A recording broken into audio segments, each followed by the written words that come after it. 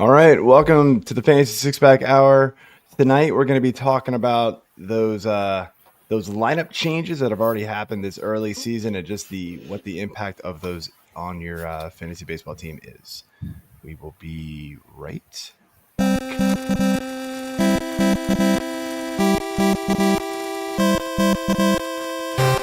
The Fantasy Six Pack Hour with your hosts Joe Bond and AJ Applegarth.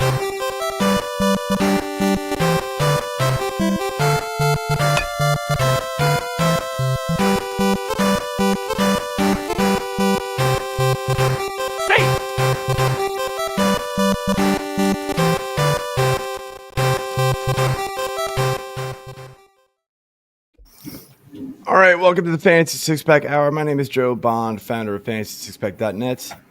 With me, let's go to my left, AJ. What's going on, man? Not too much. Just trying to wait out this rain delay here and get the game finished out. But other than that, new day. Yeah, I had to figure out which red shirt I wanted to go to first. Corey Pieper over here. Also, what's going on tonight, man?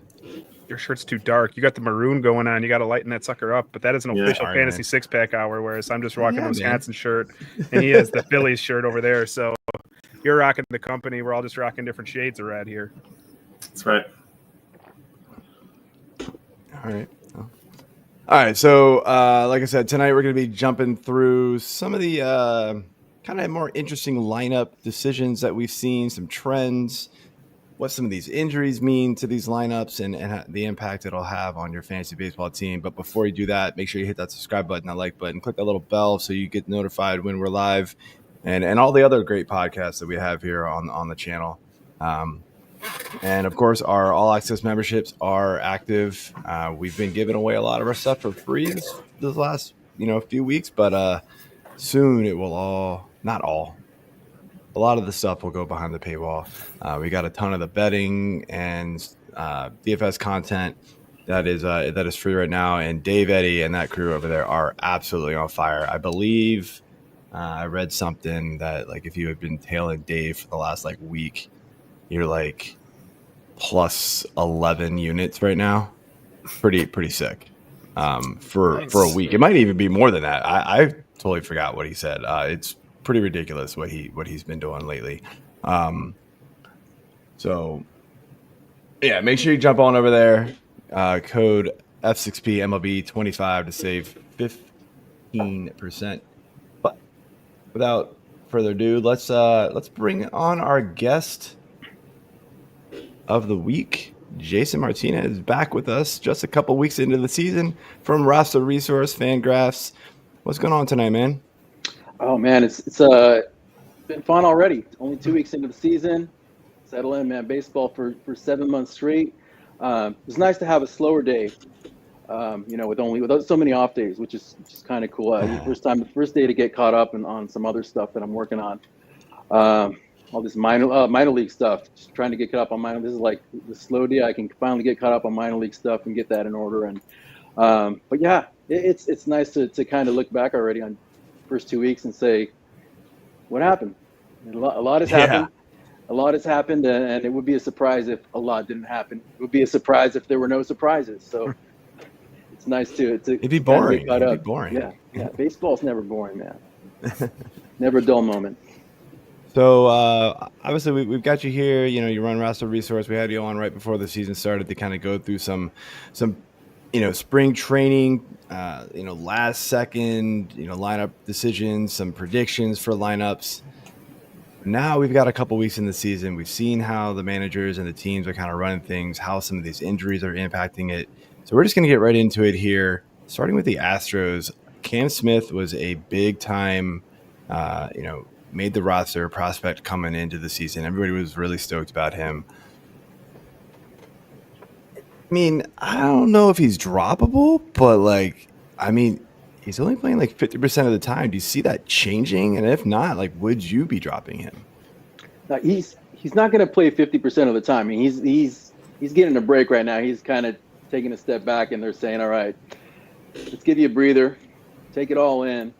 we're going to throw you back out there, you reset, and but at some point they're either going to make a decision. They're going to send him back so he can play every day and figure things out, or they're going to just keep running him out there. I mean, he's not there to sit on the bench very often. And that decision they made was huge. I mean, it was one of the biggest surprises of camp. And he didn't make the team just because he was crushing the ball in spring training. The Astros had to see something about that kid to say, look, he's barely played right field. He's only had a handful of at-bats as a professional, but he's this good. He's the real deal, and we're going to give him a shot. So, it shouldn't be unexpected that he's struggling a little bit. And I think it's just more a case of the Astros saying, like, all right, let's slow down. They moved him down. He's already hitting ninth. Give him a few days off and then reset, throw him back out, see if the confidence builds a little bit. But yeah, I don't think it's going to be a 50-50 thing. I mean, I do think somebody like the guy who's probably next in line is somebody like Zach DeCenzo, who's gotten a few starts in right field. So he's there. So I think, they do want to take a look at him, but also at some point they're going to make a decision to say, hey, let's look at DeCenzo every day in right field, or let's just take the safe pick and maybe give Chas McCormick more at bats, something like that. I think it's an interesting situation, only because it was such a surprise that they called him up. Yeah. I mean, I'll say, like, after they gave him a couple days rest, he did come back. He went 3 for 7. He got a triple. He's got 2 RBI and a run. So, I mean, maybe a couple of days off, just kind of taking it all in, maybe worked for him, get some of the jitters out. But it was a rough start for him for sure. So, I'm hoping he can stick with it. I took him in a best ball league when I kind of caught wind that he was gonna get the spot. So I was like, all right, I'm gonna take my chances because third base was not good for me. So, yeah, I think that he will either see him start playing more or else he's going to get sent down. So that's kind of where I'm at with Cam Smith. As long as he's there, I'm going to keep him, but we'll see if anything changes there. Transitioning to a different American League West team here in the Los Angeles Angels. One of the hot topics right now in all baseball, fantasy baseball, regular baseball, has been the display of Kyron Paris here, the infielder who reworked his swing this offseason with Aaron Judge's swing coach. Already has 5 home runs, 4 stolen bases. I think I saw somewhere it's like the only person that's ever done that in 10 games. But the infield is getting tight, and it's going to get tighter. Zach Neto's out on a rehab assignment right now with AAA Salt Lake. He already has 3 home runs. When Zach Neto returns, does Kyron Paris fit into the Angels lineup still, Jason? Yeah, and that kind of worked itself out today. They put Yohan Moncada on the IL, which allows Luis Rengifo to play third base, and Kyron Paris was in there at second today. And it was actually starting to look like Joe Adell was the guy who was going to lose some playing time in center field. So, just having Paris in the outfield I don't know if it was just last year or 2 years ago, but just kind of building his, working on his versatility. And for somebody like that, he has some speed, he has some potential, but it was like, maybe this guy's never going to hit a lot. Let's start building up his versatility. Let's put him in the outfield. And of course, I don't want to say he came out of nowhere. He was a good prospect. He's a high draft pick. But that's the swing change was important. I don't know if anybody was talking about that in spring training. I mean, there was definitely some hype in spring training, and it was like, give this guy a starting job based on his spring training. But it was, I think he proved himself like, okay, if you need somebody, maybe we don't need him right now. I got all these veterans here. You got, they signed Nicky Lopez. They got Tim Anderson, Kevin Newman. Didn't seem like there was a spot for him, but, I think it was all just based on the guy's injury history on that team. Rengifo was banged up in spring training. Moncada seemed like he was questionable for opening day. And then all of a sudden, spot opens up, and there he is, one of the biggest stories in all of baseball. So can he keep it up? I like to think that most guys who are in even AAA, talented guys, you put them in a certain situation, whether it's a 1 week, 2 week span, they can put up big numbers. Just depends on if you get hot or not. And so if you believe in that swing change, if you believe in what's going on, I haven't seen him play. I know that he can play second, he can play short, he can play center. So there's some opportunity for him there to stay in the lineup. And even with Zach Neto coming back, I mean, it's probably Tim Anderson, the guy who's going to lose playing time, if not a roster spot. I think at this point, you got to keep putting Paris in there, and even a guy like Ron Washington, I think he will tend to you got to prove yourself, kid. I'm going to keep throwing these proven guys out there. Tim Anderson was an all-star, and he's going to keep throwing them out there. But I think once you gain his trust and he's starting every day, he's had like 5 days straight in the lineup between second and center field. I think he could feel pretty good about it. And again, he's still a young kid with options remaining. So how long is that leash? If he struggles for a week, I think he's going to keep throwing them out there. Once they're fully healthy, once Neto's going to be back playing every single day, Rengifo is going to be in there for the most part, and then you got the other veterans they're going to mix and match with, and then we'll see what happens with Moncada. So at some point it's going to get crowded again, and so how he's built up that trust at this point where you go, okay, guys are going to go 0 for 12, he's going to go 1 for 15, and it's fine. Keep throwing him back out there. So that's always the most important thing. How much leash does this guy have? Yeah, it seems like he's earned a lot here, but I will say I do not think his 50% home run to fly ball rate's going to last. I'm going to go out on a limb and say that. No, neither is the 1120 slugging. Slight drop there. That's pretty good. Did he have a Steinbrenner Field home run? I wasn't paying attention. I'm pretty sure they played there. I don't know if it was one of those. I think he had 2 the day before. He didn't have any today. He had 2 yesterday. Or 3? He had 2 yesterday, one on Tuesday. I was watching some of that game this afternoon. The first one that Mike Trout hit to right field was a glorified pop-up. It was like 321 feet, and it went for a home run. Yeah, Paris. It's going to be fun. I was able to scoop him up yesterday after his 2 straight days of home runs, thinking, all right, well, he's showing some life. Let's go after it. And then I failed to put him in my lineup before an earlier game, locked, and I had nowhere to put him. So that was fun watching those 16 points sit on my bench. But yeah, my question on him was going to be, do you think he's going to continue to play more center if Adele's going to end up losing time, or would they look at shifting Trout back over there? I mean, he's having a great start to the season and playing mostly right field. He was DH, I think, today though. So, Jason, do you think that's pretty likely for Paris to stick in possible outfield just to keep him in the lineup there? I think if everybody's healthy, it's good. I mean, Adele is the one guy who's just kind of up and down all the time. And you could see him getting hot, and then he just goes on a slump for 2 weeks, and it's like, why is he still on the team?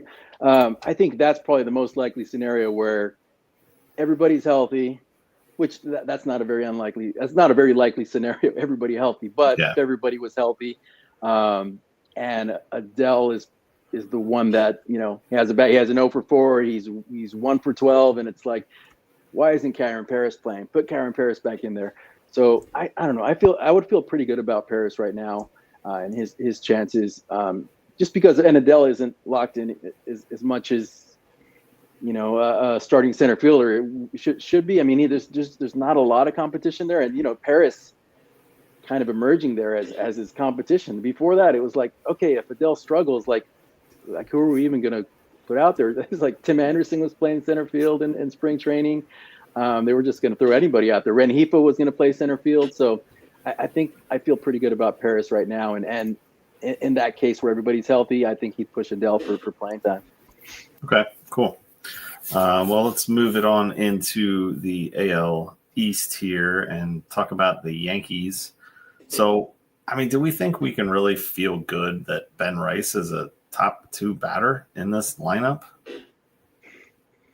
I think the Yankees told us something last year when they called him up. When they did, he was a catcher. They were like, okay, we need a bat in the lineup. We don't need him to play catcher. He can play first base or DH or whatever, and we trust this guy. He can hit. And it didn't work out last year. Like I said, you start struggling a little bit, kind of snowballs, and it's like it's hard to get out of that rut, especially when you don't have a track record. You're a rookie trying to figure things out. it's really hard to hit a baseball against the quality of pitchers. But they told us they like this guy. They believe in this guy, and it didn't work out last year. So, of course, he kind of falls off everybody's radar. But now he gets another chance. Not a ton of pressure. It's kind of like, all right, we just need you here. We lost Giancarlo Stanton. And look at he's crushing the ball. Is there a spot for him when Stanton returns? I don't. But I think if he keeps doing this and he's consistent, and of course he's going to drop off a little bit, but if he can maintain some consistency and continue to be an impact hitter, then you tell Stanton to take as much time as you need there. We don't need to rush you back. Make sure the elbows are completely healthy, and you want Stanton in that lineup. But even then, when you bring him back, you don't want Stanton in the lineup every day. So I think, I don't think Rice has played. I don't think he's caught yet. I think he's only been DH mostly. I think it was getting him ready to be a catcher in spring training, because he was a catcher up until last year, and then I don't think he caught much at all. And then they brought him back and said, all right, he's going to continue to catch. He has some value if he's somebody who can be our backup catcher and also get some at bats at first base and DH. So I think, as good of a story as JC Escarra is, who's kind of in that same role where it's like he's our backup catcher, but we love the bat, but there hasn't been a lot of opportunity for him.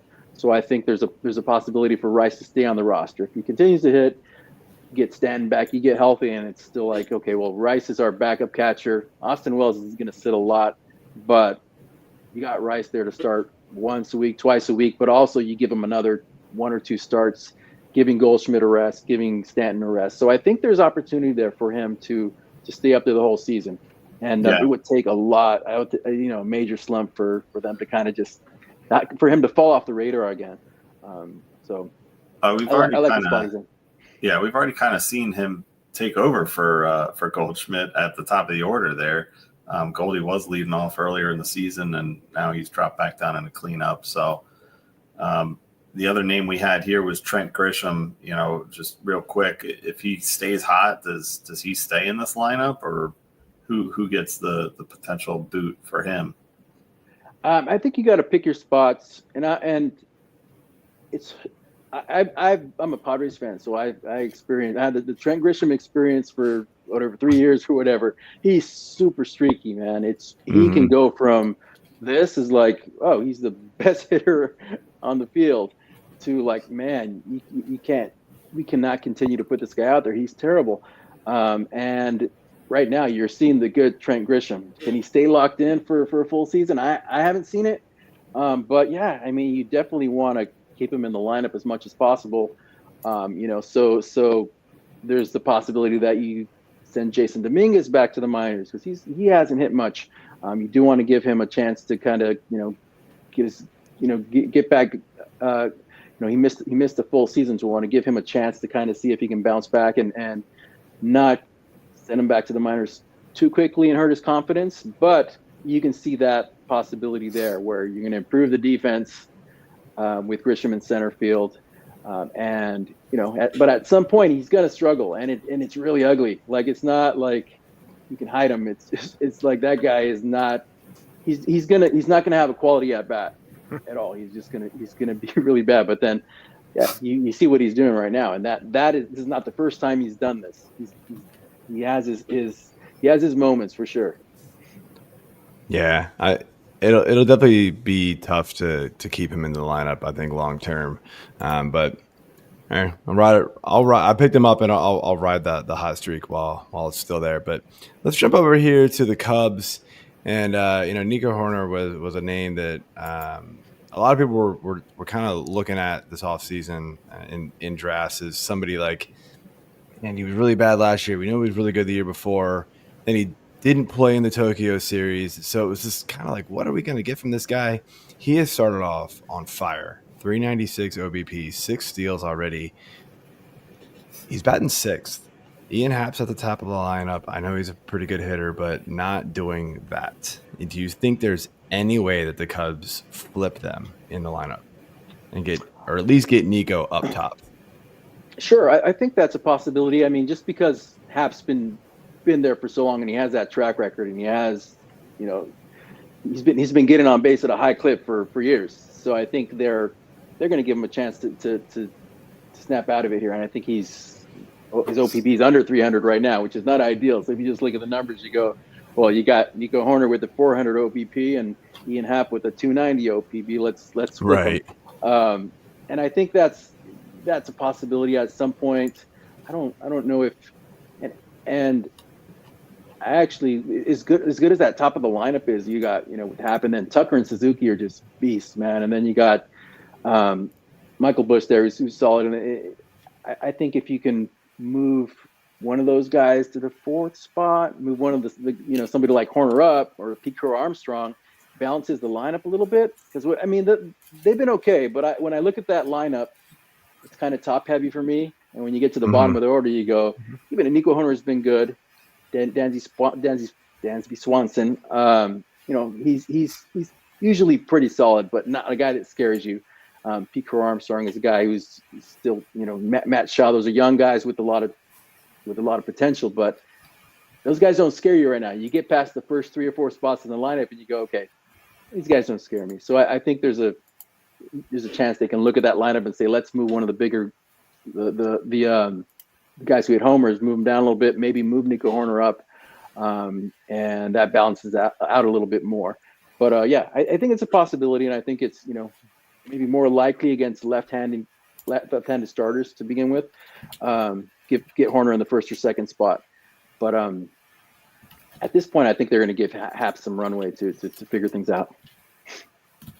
No, makes sense. I guess you brought up Michael Busch. I wonder, like, maybe they could slip him down a little bit, maybe either move Tucker and Suzuki down, or just swap Happ down and get Nico up top. But I don't know. I feel like you want that table setter. Like he's got that speed that Ian Happ doesn't. So you get that guy on base, man. That's a different ball game when you got that kind of speed, and then having Tucker and Suzuki and company hitting behind him just to get him around really quickly. But we'll see. I think there's going to be some changes in that Cubs lineup. Not that it's bad right now. It's not bad at all. It's actually one of the best. But I guess so. If it's not broke, don't fix it, right? But it's maybe it's a little bit better. I don't know. Find that happy medium between too many changes and keeping what's going and optimizing there. Yeah. One player who is not optimized is, I believe, the lowest batting average among qualified players is Jake McCarthy. He finally got his first hit yesterday, a quality 1 for 26 to begin this season here with the Arizona Diamondbacks. And because of that, the performance of Alek Thomas has seemingly pushed Jake McCarthy to a bench option in the Arizona Diamondbacks lineup there. Jason, do you see him getting that job back, or should we be just moving on in fantasy and treating him no different than just a steals guy only? Yeah, I've moved him out and then back in a couple times already, and this is just based on the trends, because you're trying to figure out what the Diamondbacks are doing, and it's like, Alek Thomas is not on the bench to just be a fourth outfielder defensive replacement. I think they see some offensive potential there, probably more so than Jake McCarthy. He just hasn't hit at all in the majors, and he's a really good center fielder. So they're going to give him his opportunities, and they're not expecting him to put up huge offensive numbers, but still, because of what Jake McCarthy's done, at least 2 of his 3 seasons, he's been really good. And then, of course, he gives you that speed element, or he's going to be a 20, 25 stolen base guy.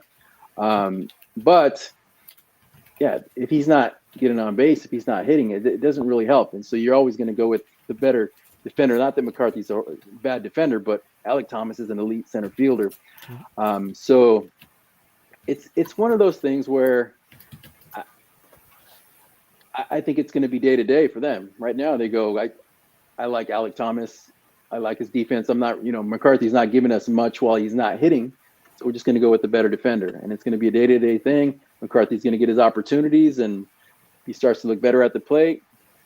Thomas is kind of doing what he's always done, which is like very subpar offensive hitter.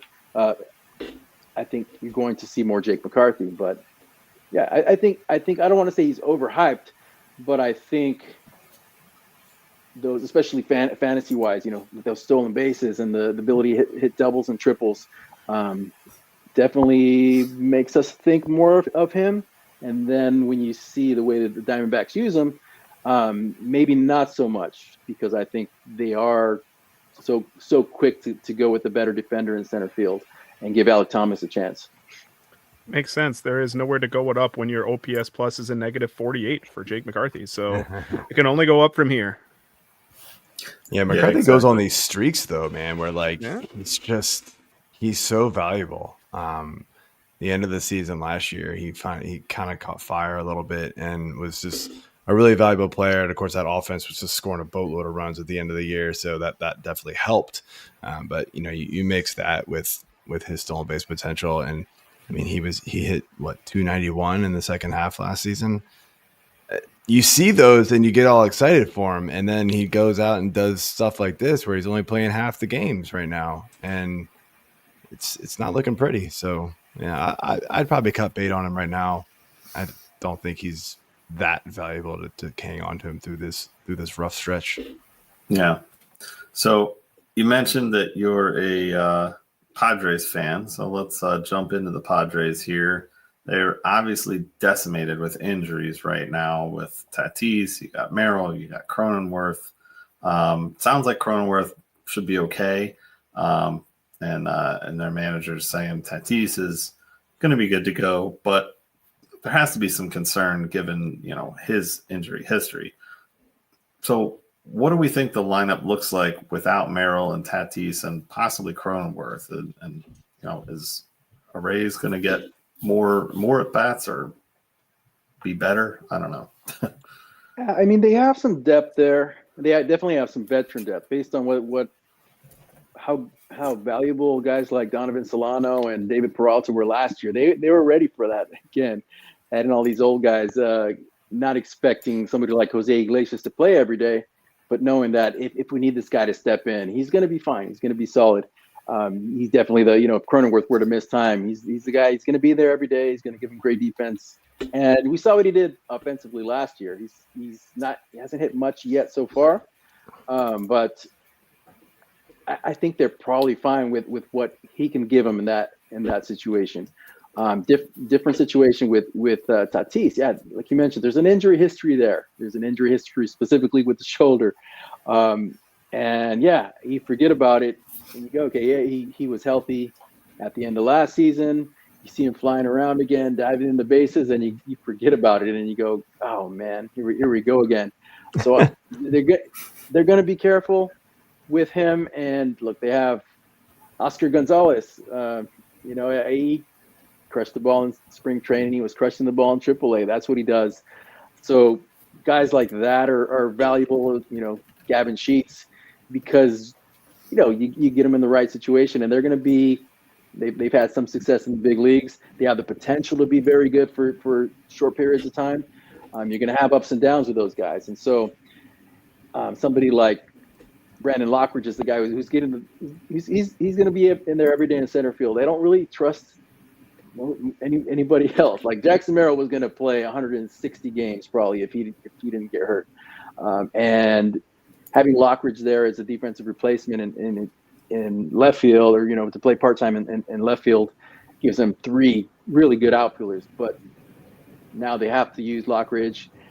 He doesn't look great at he's going to get exposed. He's not probably not an everyday guy.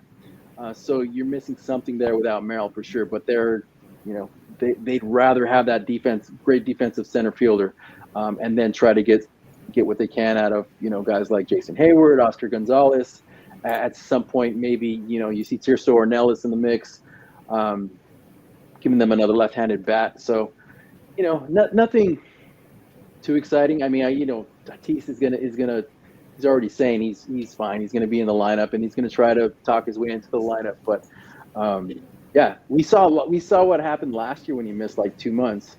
And they replaced him with David Peralta. And if you look at what David Peralta did over 2 months, you would have been like, man, that's probably one of the best right fielders in baseball over that time. It's just crazy how that happens. You give somebody an opportunity, and what happens with good teams. But, next in line there, it's going to be some combination of Oscar Gonzalez And if Tatis were to land on the IL, it's probably going to be a combination of Oscar Gonzalez and Tirso Ornelas getting a chance there. All right. Yeah. What was it? This show, the 1 2 weeks ago that we were talking about Tatis, like, talking about how he was going to steal all these bases, or was that a different one? I forget. And I was like, I don't know, man. I'm terrified of hearing that because we just know what happens to him when he does Yeah, that. I wouldn't talk about it just because I'm scared of it. Like, no, I don't even want to think about it.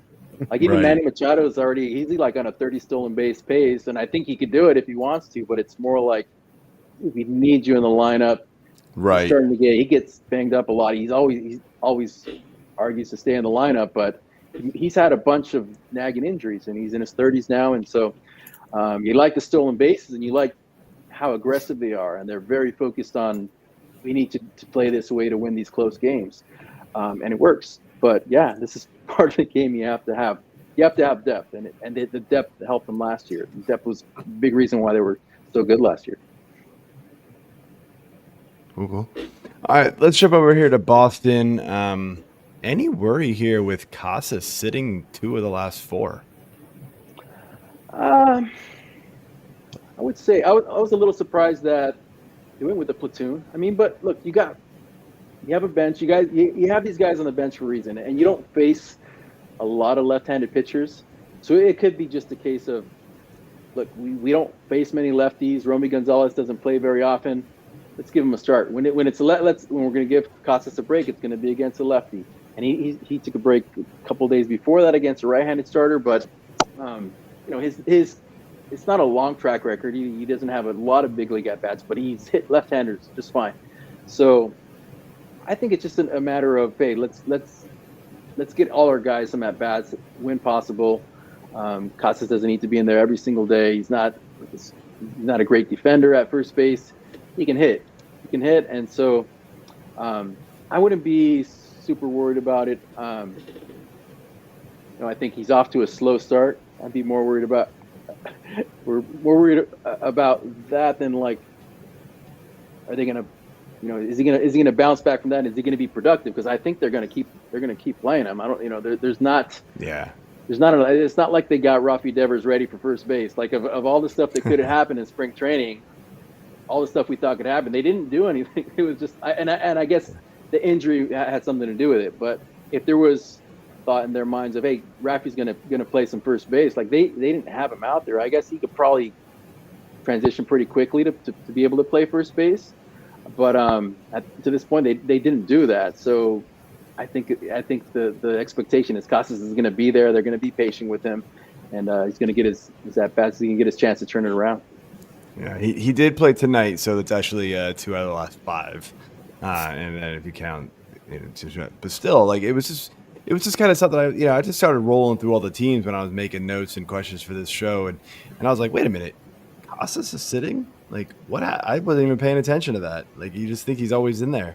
It just really shocked me. So, I mean, I don't know. Like, I mean, people paid a high price for him. He was just, he's just people are in love with this guy, and I get it. He's got talent, but he's never put it all together, it feels like. So, not for a full season. So to see him now start sitting, whew, that's not good in my book. But I think he plays more often than not. But you don't like to see the early trends for sure. We do not like to see the early trend. One player we do like to see the early trends on, and when I just need to feel good, I just bring up StatCast and I bring up Jacob Wilson, because it is one of the most fun things to look at is the way Jacob Wilson plays.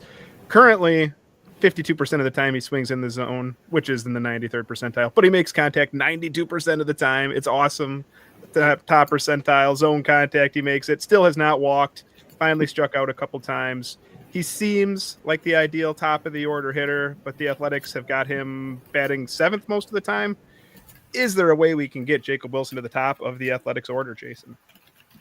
I think it's a pretty easy move if they believe in it. I mean, he does seem like that prototypical number 2 hitter, and Brent Rooker is off to a slow start. Whether he is or not, I mean, there's you can easily just go let's move Rooker to the 4th spot.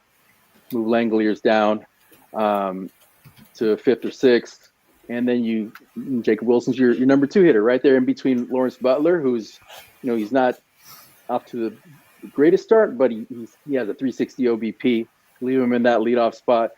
Tyler Soderstrom looks like a beast, man. And again, I saw him play against the Padres at Petco last year, and he was destroying them. And I think he ended up getting hurt. So he didn't have the breakout season. But I was thinking about that all off season, and then when you're projecting this lineup, I was thinking like that dude looks like he's gonna be good. Maybe it was just against the Padres, but he's off to a great start. He kind of looks like that same guy he was against the Padres last year. So if you just want to shake things up a little bit, that's not even that difficult. Lawrence Butler, Jacob Wilson, Tyler Soderstrom, Brent Rooker fourth, and then you go Bleday and Langoliers 5-6 right there. So. Do you remember a couple of years ago when the Athletics were awful and everybody was looking at their lineup and it was funny, and now Nick Kurtz can't find a spot in this lineup, and suddenly there's just great players and fun players from 1 through 6 or 7? How a couple of years have changed the Athletics. Love to see it. Brent Ricker's going to need to start playing outfield again to get Kurtz. I know. Let's go. Yeah. All right, so let's flip it over to the NL East here and talk about the Washington Nationals. So one of the bigger surprises, in my opinion, is Alex Call taking over the outfield job from Jacob Young. I mean, does this look like a long-term thing to you, or do you think Young eventually gets back in? I think the long-term move is more likely going to be somebody like Robert Hassel III taking his job. But I think Alex Call, if you look at what he did last year, and he had like a 950 OPS last year, and he does a lot of his damage against left-handed hitter pitching. You just figure, that guy's going to be in the lineup against lefties. He's going to be a fourth outfielder who hits lefties. But he's a good defender. He can play center, and he's not playing center now. Dylan Cruz is in center, and he's playing more right. But he can run a little bit. But he's like a 30-year-old, journeyman.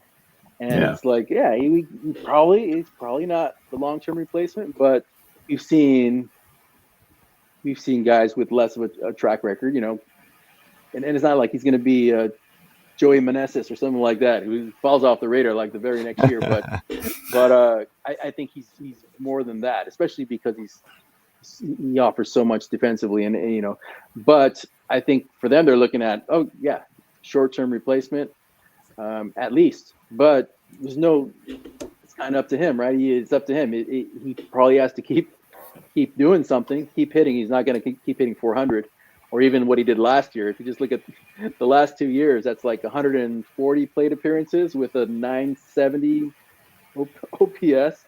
That's not going to continue. But if he can give you 750 OPS, play solid defense, I think they're gonna just be perfectly fine with that.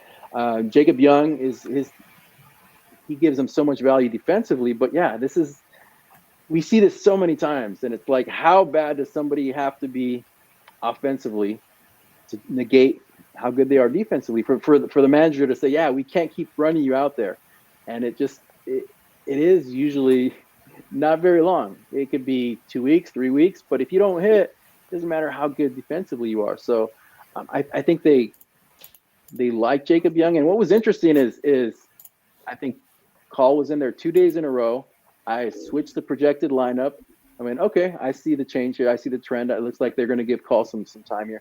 And then after the game, they asked Dave Martinez, and he said, no, Jacob Young's our center fielder. Just want to give him a break. He'll be back out there tomorrow.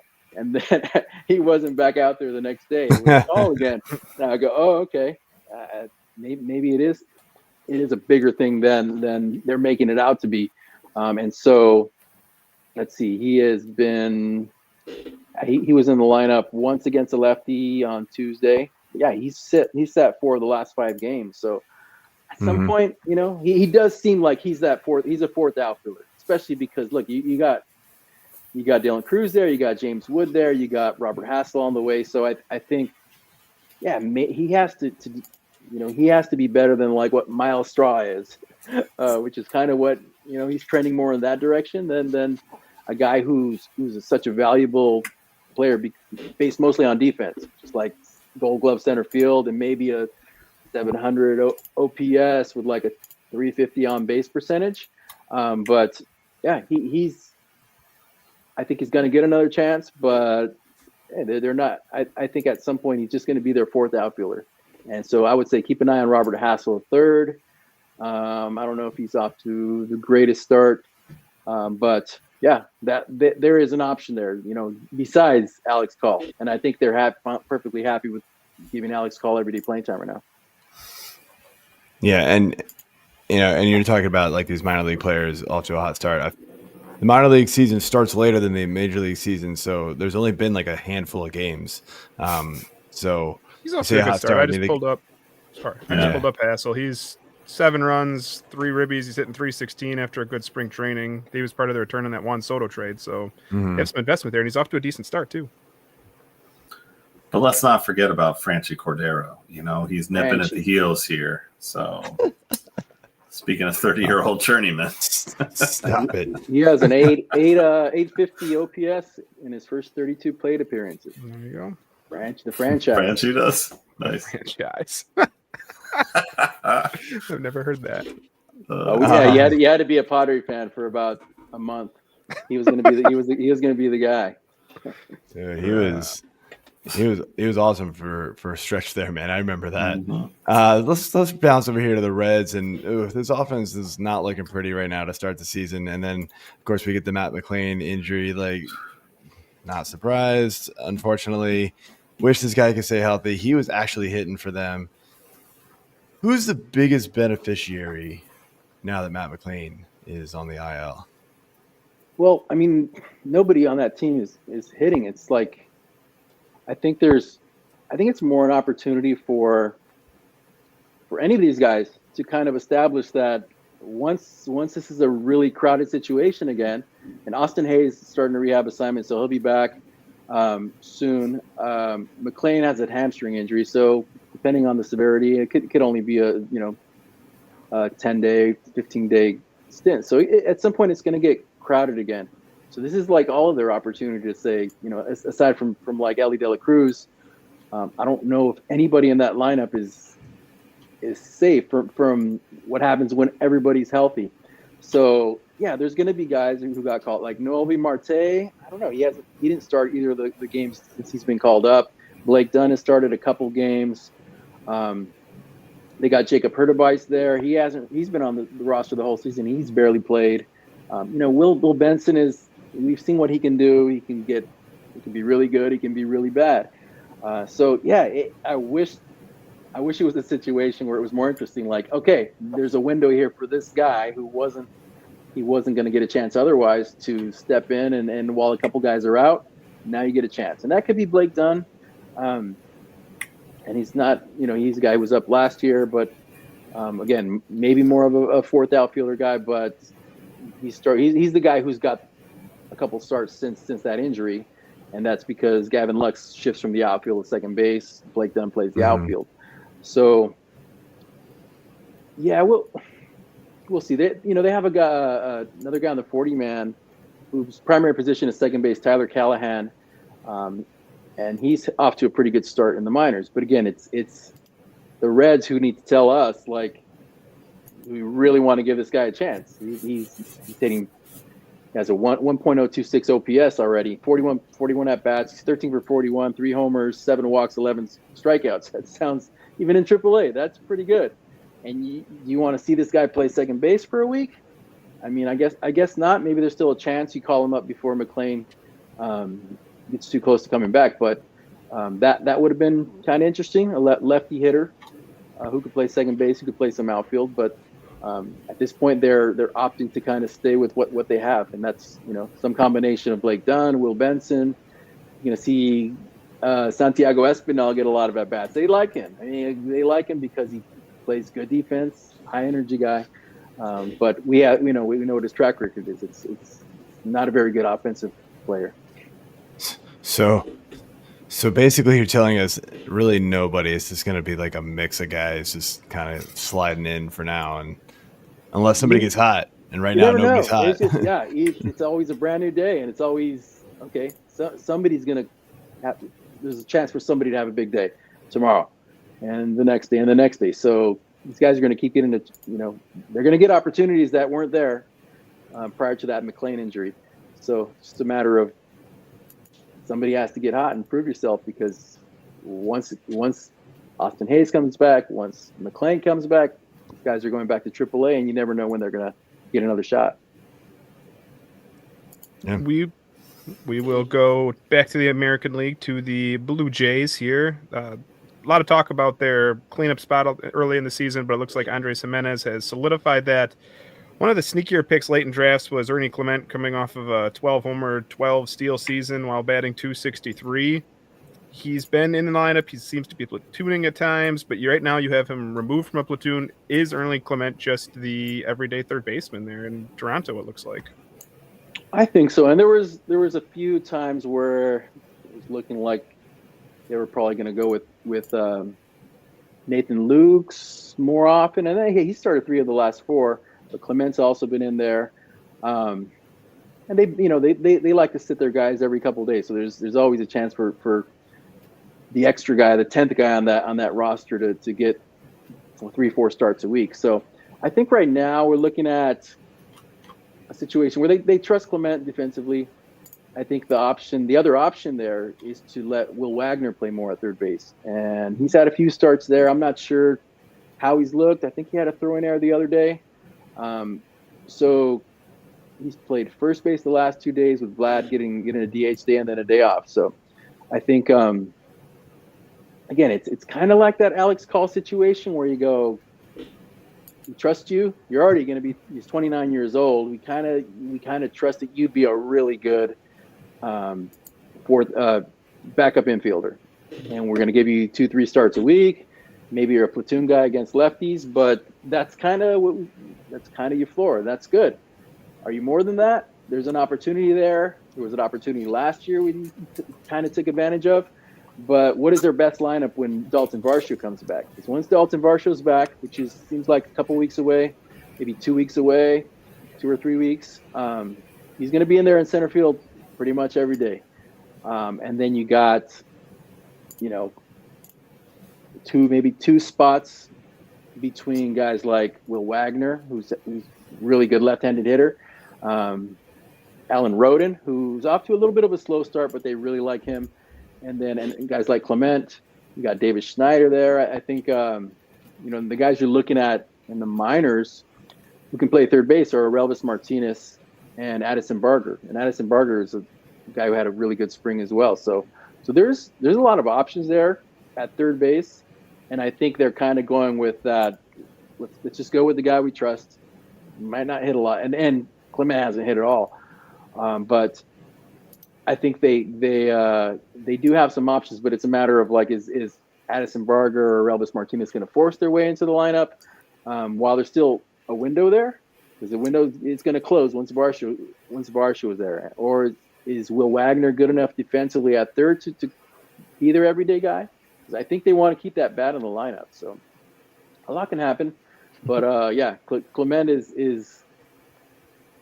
Even if he's playing mostly every day, at least for the next couple of weeks, at least there's always a chance that it's just a matter of one of these guys stepping up, and there's so much upside with guys like Relvis Martinez and Addison Barger. You go let's give them some run. We know what Clement is. He's just not gonna make a huge impact offensively. Yeah, I only liked Clement super late in best balls and stuff like that, just because it was a body, and third base was my 4th third baseman. It was just kind of whatever. I thought he was going to play a lot more than he started out. So hopefully he can kind of keep the streak going here and stick in that lineup a little bit more. But yeah, AJ. All right, yeah, let's jump into some closing situations. So now that we're a couple weeks in and have seen some bullpen action here, where do we stand on closing situations for the Dodgers, for Detroit, for Miami? And I'm going to go with a sidebar here. Shocker, throw in Philly. I was going to do the same thing, and I was kind of afraid to, but yeah, that's a good call. It is. I'll have my comments after. Go ahead. I think Philly has changed. I mean, it's definitely changed from where the initial projection was. I think you brought in Jordan Romano. He has that track record. Guys like Jose Alvarado has been inconsistent. Ryan Kerkering has that potential. He hasn't really had a big opportunity to close out games. And then Matt Strom is kind of that versatile guy. You want to bring him in whenever you think is the best time to bring him in, not necessarily hold him till the ninth inning. So I think giving Romano a chance to see if, hey, is he still the same guy that he was prior to his injury in Toronto? And looks like not so much. And they're still optimistic that he's going to be okay. But definitely with the way Jose Alvarado is pitching, you're looking at that guy to close on most days. And, of course, a team like Philly can get on a winning streak, and you're going to have a bunch of opportunities. But at least for now, and I went from having I think I had it as a 4-man closer committee. But pretty quickly it was like, yeah, Alvarado looks great in spring training. He's off to a good start. Romano's a little shaky. I think they're going to stick with Alvarado as their main guy. Again, with the chance that they got a few other guys who can close out games if they're winning 5 out of 6 and 4 close games are in there. So there's, he's obviously not going to close every game in that situation. So I like Alvarado. There seems like there's been some changes in his repertoire, and he's filthy. It's just a matter of, can he be consistent? Yeah, that seems to be his problem. Is the consistency. I mean, just the other night he almost had a chance to blow it, but he ended up getting the save. But it was a rough go. I was not happy watching that game, but they made their way out of it. You mentioned Kerkering, and this one's interesting for me because he seems to be getting a lot of hype and has been for the past few years, since he really debuted. But I still go back to the fact that he is the one that should be taking more of the blame ahead of Craig Kimbrell in the, I guess it was the Arizona series. He's the one who came in and got guys on base. His whole thing was, oh, he's so great.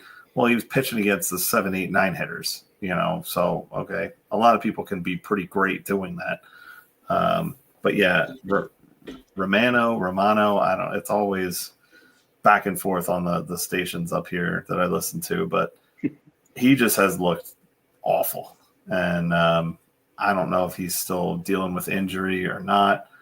He just basically he owned it the other day and was just like, look, I got to figure it out. I'm not sure what's going on, but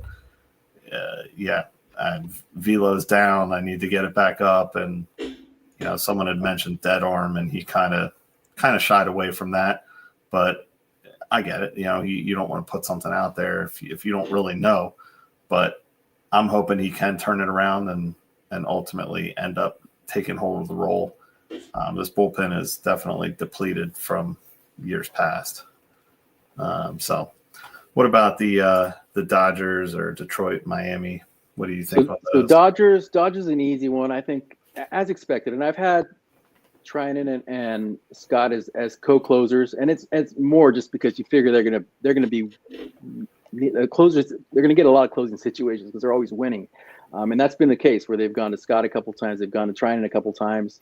Haven't really needed to go to Kirby Yates, although he's like striking out everybody he faces. And then of course you got, that whole bullpen is pretty good. Ben Kasperius might be the most impressive out of all of them. So at some point you go, man, maybe that guy just needs to be in the rotation, or is he going to take on a bigger role in the bullpen, which might not even be necessary with how deep they are. But, as of now, I think it's not a lot changed there. That Marlins situation is kind of ugly because I think from where we started, Calvin Fauché, I thought, was the clear leader, in as a primary closer, just based on how last year finished. He had a strong season. He has really good stuff, but I didn't think he had a super long leash just because he doesn't have the track record. There just weren't a lot of options. We know Anthony Bender has closed before, and he was one of those guys who was throwing 100 when he came up, but he just couldn't stay healthy. So we know he's probably that second option there. And then of course the Marlins don't really get a lot of safe situations, so it takes a while to kind of figure out. But by the time we even got to that point, like Fauché had a couple really ugly outings, and Bender had been pitching really good. And it's like, okay, I'm pretty sure who they trust here, and it's been Bender. But Bender came in the 7th inning yesterday, which is always like, if you think that guy's the closer, if you're counting on that guy for a save, and the manager brings you in the 7th inning in a close game, because I don't think he just trusts it. I don't think he trusts anybody else. He's just like, we need to get this game to the 9th inning. And it worked. It worked out. They scored a couple more runs, and they, but I'm sure somebody was waiting to close the game. Yes, it was yesterday's game, and they won 5-0. And so Bender came in and pitched. I think he got the last 2 outs in the 7th. He pitched the 8th, and then Lake Bachar pitched the 9th with a 5-0 lead. So I think they have a few guys there over Calvin Fauché that they trust right now. And so I think it's just a matter of, like, he didn't have that track record, so it didn't have to be that bad for him to lose that closer's job. But I also don't think it's going to take a lot to get back in position to claim that job, because the bullpen's not very good. And so if he can get on track, have a few good outings, and boom, he's right back. Maybe not where he was, but if Bender struggles a little bit, he could be closing games, within a few weeks. And so who are the other? Who's the other team that Detroit? Detroit, Miami. Man. You did Miami. Detroit, man. Sorry. Detroit is I think Tommy Conley has the 1 9th inning save this year, and then Brent Herter's got a couple of like multi-inning, maybe even I don't know if they're both 3-inning saves, but I have no idea. Are they just going to keep going to Tommy Conley, because he executed the first save? He's pitched 4 scoreless innings so far. Bo Brisky's had a couple ugly ones. And I think it's just more. I haven't had the opportunity to kind of get in a rhythm, but they have, let's say, at least 5 options that AJ Hinch could use, and it's not clear at this point, just because of how things have played out. It's not really clear who he would go with, and it was like that last year. It was probably the most unpredictable group. Once they were, even when they had Jason Foley in there, and he was trustworthy. Sometimes they didn't bring him in sometimes they brought him in the 7th or the 8th. And it was kind of like, I kind of see how this is going. He's kind of gonna pick and choose every single line, and it worked out for them. I'm not sure if that's what his plan, what Hinch's plan is, just be unpredictable, or to just mix and match every night, just go with whoever is the best matchup in whatever particular inning, which is like the Rays were doing for a long time, way before anybody else. And I think with a lot of these situations over the last few years, kind of see it. You see the manager kind of leaning in that direction, but they get in that comfort zone pretty quick, where it's like if you got a guy that you trust in the 7th, and then in the 8th, and then the 9th, and you go the same 3 guys, and you go, this is working out great, I'm just going to stick with it. And I don't know if they're ever going to get to that point. They just have too many different options there, and nobody really standing out at this point. As I thought Bo Brisky had a chance to kind of separate himself, but it hasn't happened at this point. All right, well, that's all we got for the lineup talk. We like to close things out here with just covering some of the latest news to impact everything, and we'll start here. So I just rifled through a bunch of injuries or news, and you just kind of take your pick and talk about your 1 or 2 most important ones for you. So we got Blake Snell, IL shoulder inflammation. Quinn Priester traded to Milwaukee, started today in Colorado, did pretty solid, but that's a hell of a way to kick off your career in Milwaukee. Is, hey, get to pitch in Colorado. Spencer Arrighetti, broken thumb. Zach Veen and Chase Dolander recalled, and Wyatt Langford on the IL with an oblique. So, Jason, which one of these is most interesting to you? I think the Rockies' moves were, a little bit delayed. I think we all thought it just seemed like it was trending towards Zach Veen to make that opening day roster.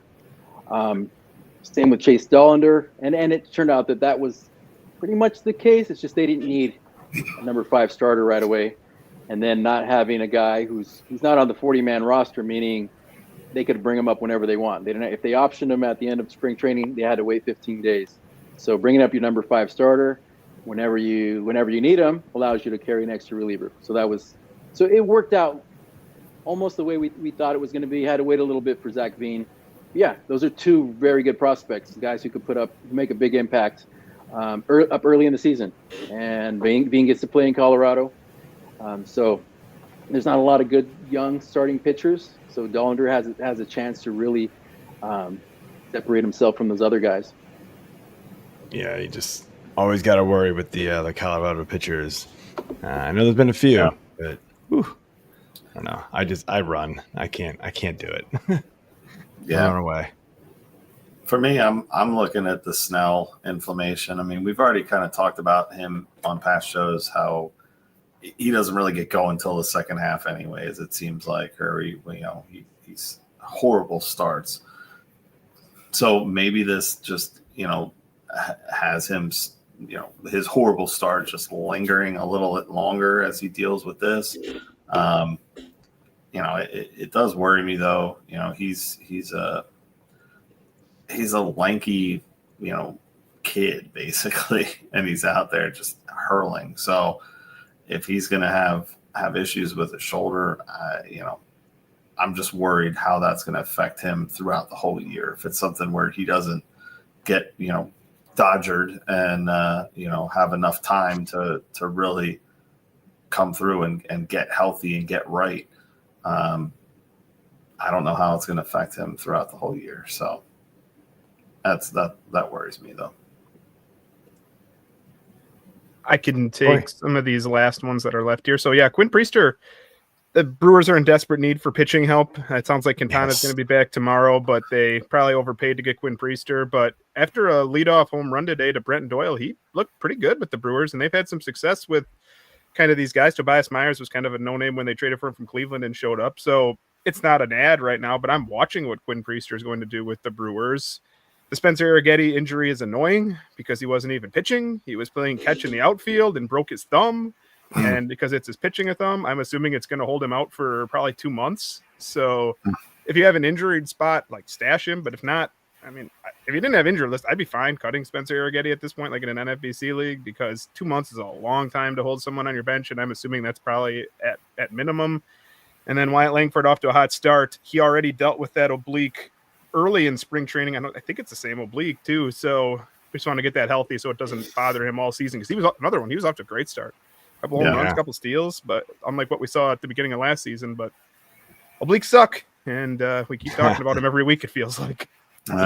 Jason, who kind of benefits from the Langford injury in that Texas lineup? Well, it's not Evan Carter, at least not yet. I don't think he's hit so far, but they got Josh Smith who plays everywhere, and I think he was really good last year, and this just makes it easier to get him in the lineup every day. Not sure how interesting Dustin Harris is, but he's a left-handed hitter who they called up. He can play corner outfield. He can play first and third. So I think not sure if he's going to get a look. I think it's mostly going to open up. It's going to make it easier to get Josh Smith in the lineup more often. And he's bouncing all over the place. He's played first and third mostly, but he can play left field. It's going to probably give Leody Taveras a little bit more time to prove that he's better than he was last year. And he's 270 on base percentage so far. So, I was interested to see if Dustin Harris might get some playing time, but, if Evan, they're going to call up Evan Carter when he's ready. They're not going to force the issue with him. He needs to get back to what he was prior to his injury. Cool. Fair enough. All right. Well, that's gonna be it for this week's episode of the Fantasy Six Pack Hour. Jason, want to thank you for coming on again and talking some baseball with us. Before we let you go, remind everybody where they can find you and what you got going on. Find me at Fangraphs. The drop down is called Roster Resource. You can find all of my content there. You can find me on Twitter at Jason R. Martinez. Find me at Blue Sky on Roster Resource at Fangraphs.com. Nice. All right, man. Well, thanks again, and Yeah, we'll probably reach out again later in the year. There's anytime, always changes that are interesting to talk about. Anytime. If you have me on tomorrow, there'll be like 20 other things to talk about already. Yes, absolutely. Absolutely. Yeah, definitely. A few weeks will be fine. And yeah, thanks for having me on. It's always fun. All right. Man. Thank you. Thanks, man. Have a good one. Enjoy it. All right. So that's going to be it for this week's episode. Thanks again for listening and watching. Hit that subscribe button. Hit that, whatever it is on Apple, and follow. Is it follows on Spotify and Apple? I don't know. I don't listen to any of those. So And I don't know. yeah. All right. Well, that is it for us. And I think we should be here next week. Although spring break, I'm coming back on Thursday. So we'll see what happens. Maybe it'll just be these two jokers. Have a good night, everyone. Peace.